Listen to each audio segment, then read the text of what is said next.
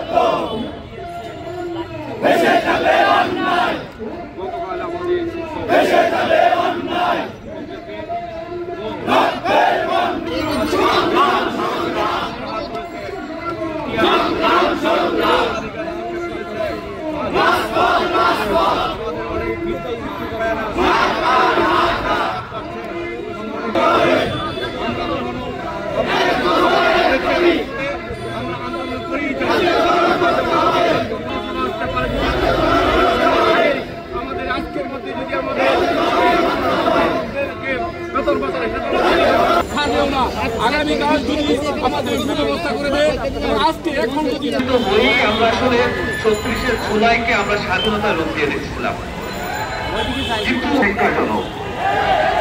ইতিমধ্যে বৈষ্ণবদের ছাত্র আন্দোলন ও জাতীয় নাগরিক কমিটি ঘোষণা দিয়েছে তারা আপনাদের এই যৌক্তিক দাবির পক্ষে আছে।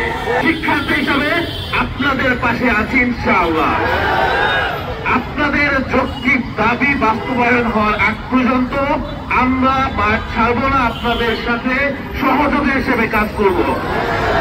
প্রিয় সংগ্রামী, আমাদের শ্রদ্ধেয় শিক্ষকগণ, গতকাল যে ঘটনা ঘটেছে, আইন শৃঙ্খলা বাহিনী মনে হয় ভুলে গেছে ৩৬ জুলাইয়ের কথা, ভুলে গেছে জুলাই আন্দোলনের কথা। তখন ঢাকায় পুরো বাংলাদেশ থেকে ছাত্রদের আন্দোলনেই স্বৈরাচার শাসক সরিয়েছে। এখন ৬৪ জেলা থেকে এসপিডি সহ পুরো বাংলা একত্রিত হবে শুধুমাত্র যৌক্তিক দাবি বাস্তবায়নের জন্য। আমরা জানি রক্ত দিতে আমাদের শিক্ষকের যে রক্ত ঝরানো হয়েছে, একজন সাধারণ শিক্ষার্থী হিসেবে ঘরে শুয়ে থাকতে পারেনি, সারাটা রাত ছটফট করেছিল, কারণ শিক্ষক দেশ গড়ার কারিগর, ছাত্র গড়ার কারিগর। আজকে যারা হামলা করেছে তারা কোনো না কোনো শিক্ষকের সন্তান, আর সেই সন্তান হয়ে আজ বাবার প্রতি মায়ের আইন শৃঙ্খলা বাহিনী যারা আছে তাদেরকে সতর্ক করে বলতে চাই, আমরা রক্ত দিতে শিখে গেছি, রক্ত দিতে জানি।